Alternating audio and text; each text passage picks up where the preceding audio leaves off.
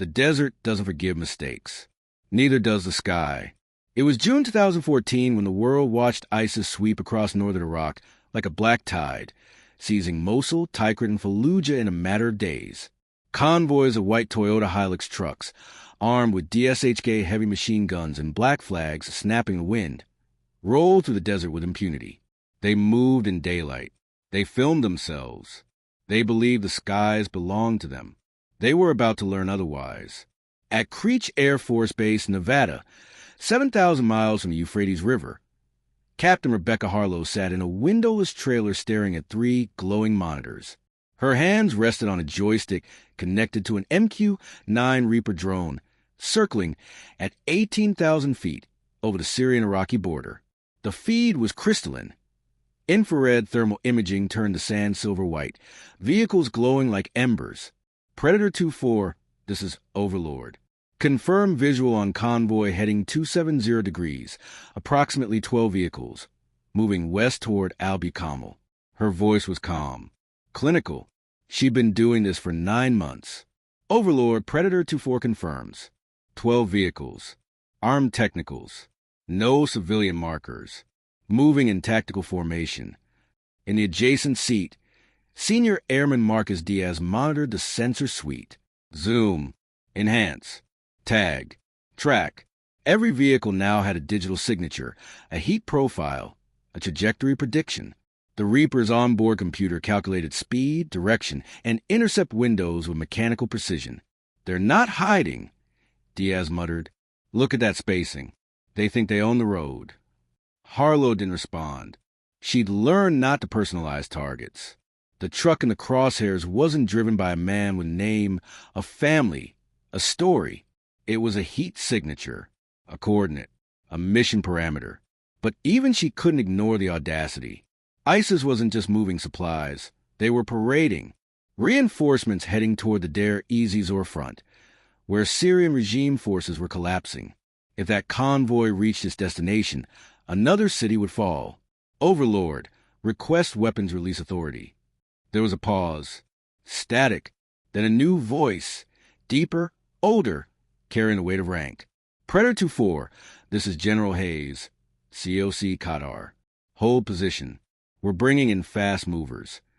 Fast movers. Fighter jets. Harlow's pulse quickened. Drones were surgical. Precise. But when the Air Force wanted a statement, they sent the heavy hitters. Somewhere over the Mediterranean, 2 F-15E Strike Eagles received new coordinates. Pilots checked fuel, weapons load, and ingress routes. Each jet carried 4 GBU, 12 pay-weight 2 laser-guided bombs, 500-pound warheads designed to turn armored vehicles into scrap metal. Strike package Phantom, you are cleared hot. Target, ISIS convoy, 12 vehicles. Grid November Kilo 7329. Priority Alpha. Weapons free. The lead pilot, Major Jake Reaper Collins, had flown 63 combat sorties over Iraq and Afghanistan. He dropped ordnance on Taliban positions, al-Qaeda safe houses, and Saddam-era bunkers. But this was different. ISIS wasn't hiding in mountains or blending into villages. They were out in the open, daring someone to stop them. Phantom lead copies. 2 minutes to target. Back at Creech, Harlow kept the Reaper locked on the convoy. The trucks were slowing now, pulling into a loose defensive formation. Someone had seen something, a glint of metal, a contrail, a reflection off a canopy. Too late. 30 seconds, Collins reported.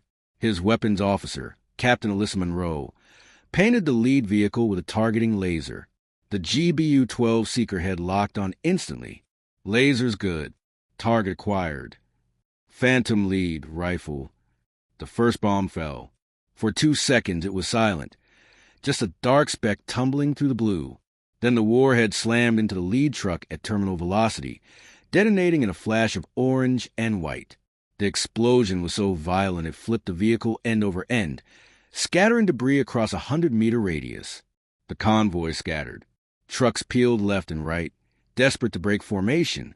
But the second F-15 was already inbound. Phantom II rifle.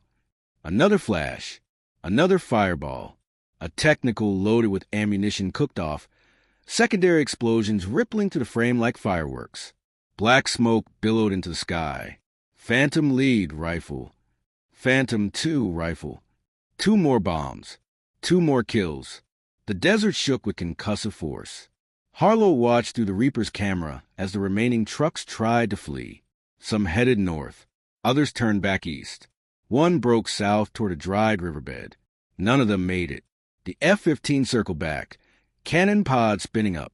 The GAU-8 Avenger, a 30mm rotary cannon, could fire 65 rounds per second. At 500 knots, the pilot stitched lines of fire across the sand, tearing through engine blocks and fuel tanks. In 90 seconds, 12 vehicles became 12 burning wrecks. Overlord, Phantom lead. Target destroyed. BDA confirms 12 vehicles immobilized. No movement. No survivors.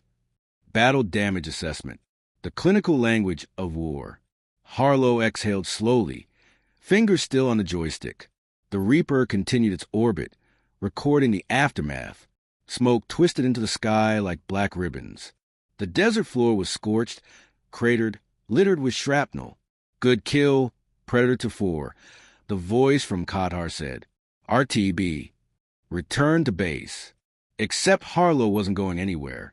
She was already in Nevada. The war was 7,000 miles away, but she just killed a dozen men without leaving her chair. Diaz leaned back, rubbing his eyes. That's 15 this month. 15 convoys. 15 intercepts. 15 strikes. ISIS had learned to fear the drones, but they hadn't learned to stop moving. And the sky never blinked. Mosul, once Iraq's second-largest city, home to 2 million people, had become a fortress. ISIS had ruled it for over 2 years, transforming mosques into command posts, schools into weapons depots, and hospitals into execution chambers. Now, in the fall of 2016, Iraqi security forces and coalition advisors were closing in, but ISIS wasn't surrendering. They were evacuating. Lieutenant Colonel Sarah Vickers stood in the Joint Operations Center at Erbil Air Base, 70 miles east of Mosul. The room hummed with activity. Analysts tracking radio intercepts, drone operators cycling through feeds, intelligence officers updating target folders. On the main screen, a live satellite feed showed the western edge of Mosul, the last ISIS-controlled district. Colonel, we've got movement. The voice belonged to Captain Omar Rashid, an Iraqi Air Force liaison officer embedded with the coalition. He gestured toward a secondary monitor displaying infrared footage from an MQ, one Predator, circling at 12,000 feet. Vickers stepped closer. The image was grainy but unmistakable. Vehicles, dozens of them, streaming out of western Mosul toward Highway 1, the main artery leading west toward the Syrian border. How many? Vickers asked. At least 40, maybe more. Mix of technicals, cargo trucks, civilian sedans. They're moving fast. Fast meant desperation. ISIS command knew the noose was tightening. If they stayed in Mosul, they'd be crushed. If they fled west, they could regroup in Syria, link up with remnants near Raqqa, and continue to fight. Vickers pulled up a map overlay. Highway 1 cut straight through open desert. No cover, no concealment, just 70 miles of asphalt between Mosul and the Syrian border. It was the same road Saddam's Republican Guard had used during the 1991 Gulf War retreat from Kuwait. That convoy had been annihilated in a massive coalition airstrike, later dubbed the Highway of Death. History was about to repeat itself. Get me Strike Eagle and Apache packages. Vickers ordered, I want eyes on that highway in 10 minutes. And somebody wake up the JTAC teams, Joint Terminal Attack Controllers, forward air controllers who coordinated airstrikes from the ground. They were already embedded with Iraqi units pushing into western Mosul. At Al-Assad Air Base, 100 miles southwest, the alert klaxon screamed to the hangar bays. Pilots sprinted toward their aircraft. F-16 Fighting Falcons, A-10 Thunderbolt IIs, and H-64 Apache attack helicopters. Weapons crews loaded missiles, bombs, and cannon rounds with practice efficiency. Captain Derek Havoc Jensen climbed into the cockpit of his A-10, the legendary Warthog, a jet built around a 7-barrel G8 cannon capable of shredding tanks. His mission brief was simple: intercept and destroy the ISIS convoy before it reached the Syrian border. Havoc flight, you're cleared for immediate departure. Target: Highway 1, grid Mike Charlie 4156. Expect heavy concentration of enemy vehicles. Weapons free on positive ID. Jensen taxied onto the runway, turbine screaming. Beside him, his wingman, Lieutenant Amy Spike Ortiz, checked her weapons panel. Each A-10 carried AGM-65 Maverick missiles, Mark 82 bombs, and 1,800 rounds of 30mm depleted uranium ammunition. They launched into the evening sky, heading northeast. By the time they reached Highway 1, the convoy had grown. 60 vehicles now, strung out over 3 miles of road. Some were speeding recklessly. Others moved in clusters, trying to maintain formation. A few had already broken down, abandoned on the shoulder. Havoc lead, this is Overlord. You are cleared to engage. ISIS leadership confirmed in convoy. High-value targets aboard.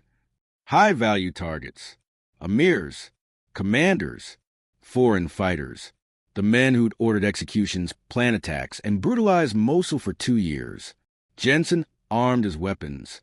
Havoc 2, let's start at the front, cut off their escape.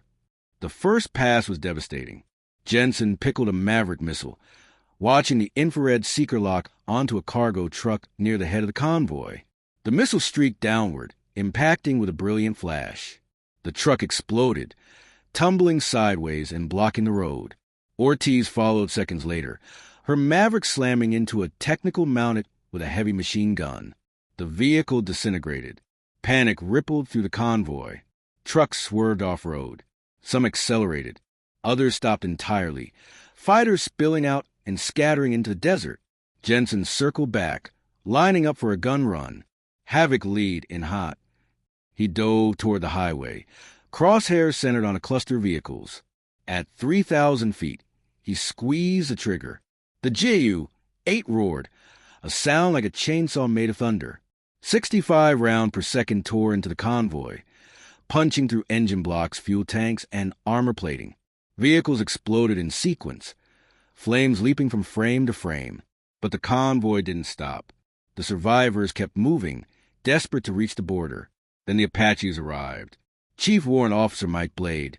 Torres led a flight of 4 AH-64s, each armed with Hellfire missiles and Hydra rocket pods. Unlike jets, helicopters could loiter, hovering at low altitude, stalking targets like predators. Havoc flight, this is Blade, will take the rear section. Keep them pinned. Torres locked onto a flatbed truck, carrying fighters and a mounted machine gun. Blade 1 engaging. The Hellfire missile launched with a sharp hiss, leaving a white smoke trail. 5 seconds later, the truck erupted in a fireball. The fighters aboard never had a chance. His wingman, Chief Warrant Officer Lisa Reaper Kim, targeted a technical trying to flee cross-country. A burst of Hydra rockets streaked downward, impacting in a ripple of explosions. The vehicle flipped, spilling bodies into sand. For the next 40 minutes, the coalition aircraft worked methodically, dividing the highway into kill zones. F-16s dropped precision-guided bombs. A-10s made strafing runs. Apaches hunted stragglers. Drones overhead provided real-time intelligence, marking targets and confirming kills. By the time the sun set, Highway 1 was a graveyard. 63 vehicles destroyed. Over 200 fighters killed. 0 coalition casualties. Back at Erbil, Vickers watched the final drone footage. The highway was a black scar across the desert. Burning hulks spaced out like funeral markers. Smoke drifted lazily eastward toward Mosul. Battle damage assessment confirms complete destruction, and analysts reported. No movement detected. No survivors identified. Vickers nodded slowly. It wasn't satisfaction she felt. It was closure. Mosul was almost free. The convoy that might prolong the war was ash. Captain Rashid stood beside her, staring at the screen. "My city," he said quietly. "They tried to take it with them." "They failed," Vickers replied. Outside, the night sky over Iraq was quiet. But the war wasn't over. Not yet. ISIS had learned that fleeing in convoys was suicide. So they adapted, they scattered, they hid, they became ghosts. And the coalition? They kept hunting. Raqqa was the heart of the so-called caliphate. The city ISIS declared its capital, the place where propaganda videos were filmed, hostages were executed, and foreign fighters pledged allegiance to Abu Bakr al-Baghdadi. For 3 years, it had been untouchable, a symbol of ISIS's ambition and brutality. Now, in the autumn of 2017, the Syrian Democratic Forces, Kurdish and Arab militias backed by American advisors, were closing in, street by street, building by building, body by body. But ISIS wasn't going quietly. Major Ryan Torch Brennan sat in the back of an armored Humvee parked on the northern outskirts of Raqqa, staring at a tablet displaying live drone footage. He was a Special Operations Air Controller, a JDAC embedded with SDF forces to coordinate coalition airstrikes. Around him, fighters cleaned weapons, checked ammunition, and smoked cigarettes. The air smelled of dust, diesel, and cordite. On the tablet, Raqqa looked like a shattered tooth. Entire neighborhoods were rubble. Streets were choked with debris. ISIS had fortified the city center with IEDs, sniper nests, and suicide car bombs. Every block was a kill zone. But the real problem was mobility. ISIS still had vehicles, pickup trucks, vans, armored bulldozers, and they were using them to move fighters, weapons, and commanders between defensive positions. As long as they could move, they could fight. Brennan's job was to make sure they stopped moving. Torch, this is Reaper 7-1. We've got movement in your sector. The voice crackled through his headset. Reaper 7-1 was an MQ-9 drone orbiting at 20,000 feet, equipped with electro-optical cameras and Hellfire missiles. Go ahead, Reaper. Grid Quebec Sierra 9248.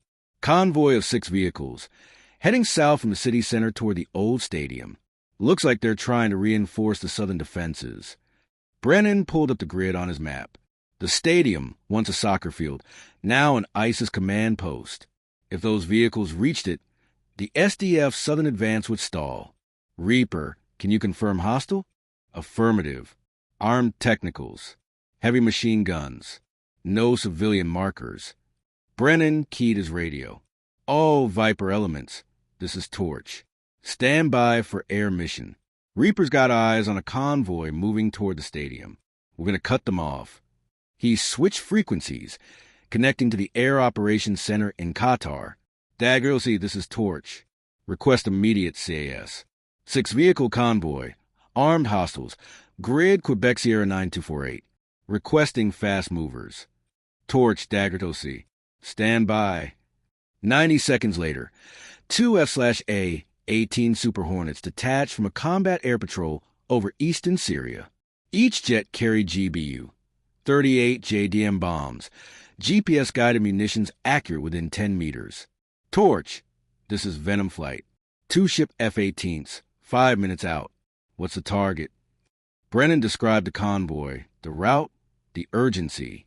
They're moving fast. If they reach the stadium, we lose momentum. Copy. We'll make it quick. The Super Hornet screamed over the desert at 500 knots, throttles wide open. In the lead jet, Lieutenant Commander Natalie Viper Hayes reviewed the target package on her cockpit display. 6 vehicles. Open road. No civilians reported. Venom 2. Let's split the convoy. You take the rear 3, I'll take the front. Venom 2 copies. Hayes toggled her weapon selector to JDM, programming the bomb's guidance system with the coordinates Brennan had provided. The weapons computer calculated wind speed, altitude, and trajectory, adjusting control surfaces for maximum accuracy. Venom lead rifle. The first GBU, 38 dropped from the centerline pylon, stabilizing fins deploying as it fell. The bomb arced downward, GPS guiding it toward the lead vehicle, a white Toyota Hilux mounted with a DShK machine gun. The convoy never heard it coming. The explosion was surgical. The Hilux disintegrated, flipping end over end in a cloud of fire and shrapnel. The truck behind it swerved, trying to avoid the debris, and skidded off the road into a ditch. Venom 2 rifle. The second bomb hit 3 seconds later, obliterating a cargo truck, loaded with ammunition. The secondary explosion was massive, a mushroom cloud of orange flame and black smoke rising 300 feet into the air. The remaining vehicles scattered. 2 turned around, racing back toward the city center.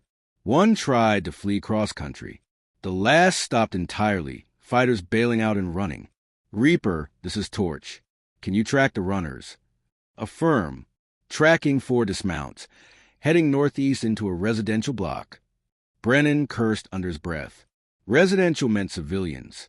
Civilians meant restrictions. He couldn't call in another strike without confirmation. Reaper, maintain visual.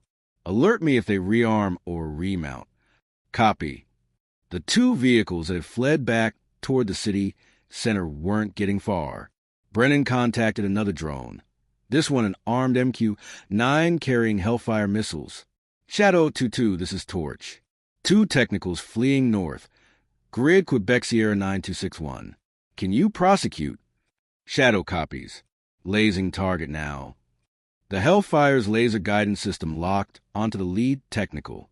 The missile launched, streaking downward at Mach 1.3. It struck the vehicle's rear axle, detonating with a sharp crack. The truck fishtailed, rolled twice, and came to rest upside down. The second Hellfire followed immediately, destroying the remaining technical before it could reach cover. Torch, Shadow. Both targets destroyed. Convoy neutralized. Brennan exhaled, updating his mission log. 6 vehicles. 6 kills. 0 friendly casualties. But he knew this was just one convoy. There were others, hidden in alleyways, parked in garages, waiting for nightfall. ISIS was running out of space, but not out of vehicles. Over the next 2 weeks, coalition aircraft destroyed 43 more ISIS convoys attempting to move within or escape from Raqqa. F-16s, A-10s, B-52s dropping strings of dams, Apaches hunting at rooftop level, drones stalking individual trucks through the rubble. By mid-October, Raqqa was a ghost town. The SDF raised their flag over the stadium. The Caliphate's capital was no more. Brennan stood on a rooftop overlooking the ruins, watching smoke drift across the broken skyline. Somewhere in the distance, a dog barked. Otherwise, silence. 3 years, he muttered. 3 years they held this place.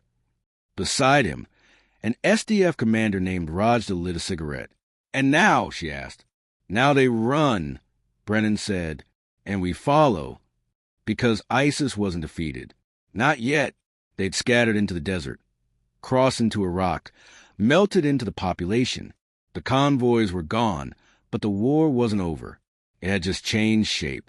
Baghouz, a cluster of tents, bunkers, and mud brick buildings along the Euphrates River, was the last ISIS stronghold. Everything else had fallen. Mosul, Raqqa, Deir ez-Zor. Thousands of fighters were dead. Tens of thousands captured. But here, in this final pocket of territory, the diehards remained, foreign fighters, commanders, families who'd followed the black flag to the end. And they still had vehicles. Captain Lena Widow stood on a ridge overlooking Baghouz. Binoculars pressed her eyes. Below, the camp was a chaotic sprawl of makeshift shelters and defensive positions. Smoke rose from cooking fires. Figures moved between buildings, fighters, women, children. It was impossible to tell combatants from civilians. Cross was an Air Force intelligence officer attached to the Combined Joint Task Force, Operation Inherent Resolve. For 4 years, she tracked ISIS movements across Iraq and Syria, analyzing patterns, predicting attacks, and coordinating strikes. This was supposed to be the end game, but ISIS wasn't surrendering. They were preparing to break out. Captain, we got activity. The voice belonged to Sergeant First Class Marcus Shaw, a signals intelligence specialist monitoring ISIS communications. He handed Cross a printout, an intercepted radio transmission. Translated from Arabic. Convoy assembles at dawn. Western route. 30 vehicles. All fighters to prepare. Cross felt her stomach tighten. 30 vehicles meant hundreds of fighters. If they broke through SDF lines and scattered into the desert, the war would drag on for years. Guerrilla attacks, sleeper cells, improvised bombs. When was this intercepted? 2 hours ago, Shaw said. 2 hours. That meant the convoy could launch at any moment. Cross grabbed her radio. Tosi, this is Widow. Urgent traffic. ISIS planning mass breakout via convoy. Estimated 30 vehicles. Requesting immediate ISR coverage in strike packages. Intelligence, surveillance, reconnaissance, and firepower at Al Udeid Air Base in Qatar. The call went out. Within minutes, 3 MQ-9 Reapers repositioned over Baghouz, their cameras scanning for vehicle concentrations. F-15ES were scrambled from Al Dhafra in the UAE. An AC-130 gunship, call sign Spectre, diverted from patrol over eastern Syria. But there was a problem. Widow, this is TOC. Rules of engagement are tight. Civilian presence confirmed in Baghouz. We need positive ID before weapons release. Cross cursed under her breath. She understood the ROE, collateral damage, could turn the local population against the coalition, fuel propaganda, and delegitimize the entire campaign. But if ISIS escaped, the war would never end. Understood. We'll wait for the convoy to separate from the camp. At dawn, the vehicles began to move. The Reapers captured it all. Trucks rolling out of hidden garages, fighters climbing aboard, weapons being loaded. The convoy formed up on the western edge of Baghouz, engines idling, waiting for signal. Then, as the sun broke over the horizon, they moved. 32 vehicles, technicals, cargo trucks, and civilian sedans roared westward across the open desert, heading to a gap in the SDF lines. They moved fast, kicking up plumes of dust, desperate to reach the safety of the Syrian interior before the coalition could respond. They didn't make a mile. Widow, this is Reaper 3-1. Convoy is clear of civilian structures. Requesting weapons free. Cross-check the feeds. The convoy was isolated. No buildings within 500 meters. No civilians visible. Reaper 3-1, you are cleared hot. Engage at will. The first Hellfire missile struck the lead vehicle, a flatbed truck carrying a dozen fighters. The explosion flipped the truck onto its side, scattering bodies across the sand. The convoy didn't stop. They accelerated, splitting into two groups, one heading northwest, the other southwest. Spectre, this is Widow, multiple targets, grid Papa Bravo 7423. You are cleared to engage. High above, the AC-130 gunship banked into a firing orbit. The crew inside, pilots, sensor operators, and gunners, worked with mechanical precision. The aircraft carried a devastating arsenal, a 25mm Gatling gun, a 40mm Bofors cannon, and a 105mm howitzer. The sensor operator locked onto the northwest group. 6 vehicles moving in a tight cluster. Guns, guns, guns, the pilot intoned. The 25mm Gatling gun opened fire, spitting 200 rounds in a controlled burst. The rounds tore into the convoy, shredding tires, punching through engine blocks, and igniting fuel tanks. 3 vehicles skidded to a halt, burning. The 40mm cannon followed, firing explosive shells that detonated on impact. A cargo truck loaded with ammunition cooked off, secondary explosions rippling through the frame. The southwest group fared no better. 2 F-15E Strike Eagles dove from 15,000 feet, releasing GBU, 12 laser-guided bombs. The first bomb obliterated a technical. The second hit a sedan, vaporizing it. The remaining vehicles scattered, drivers swerving wildly to avoid the carnage. Some tried to double back. Others fled into the open desert. A few stopped entirely, fighters abandoning the vehicles and running on foot. The Reapers hunted the runners. One by one, the drones fired hellfires at vehicles attempting to escape. Each missile was a sentence, final, inevitable, absolute. Within 20 minutes, 32 vehicles had been reduced to burning wrecks. Over 400 ISIS fighters were dead. The breakout had failed. Cross watched the aftermath through the drone feeds. The desert was littered with wreckage. Twisted metal, charred bodies, black smoke drifting across the sand. Tosi, Widow. Convoy destroyed. No vehicles escaped. BDA confirms total destruction. There was a pause on the radio. Then, copy, Widow. Good work. Good work. As if war could ever be good. 3 days later, the SDF overran Baghouz. The last ISIS fighter surrendered or died in place. The caliphate was over, but Cross didn't feel victorious. She felt exhausted. She thought about the convoys, the ones in Mosul, Raqqa, the Syrian desert. Hundreds of vehicles destroyed, thousands of fighters killed. And for what? ISIS was gone, but the region was still broken. Iraq was fractured. Syria was a wasteland, millions displaced. And somewhere in the shadows, new groups were already forming. Because the war on terror didn't end with the death of a convoy. It just moved to the next road, the next desert, the next generation. Cross packed her gear and headed for the helicopter pad. Her deployment was over, but the drones would keep flying. The bombs would keep falling. The sky never blinked. And the war never ended. It just changed names.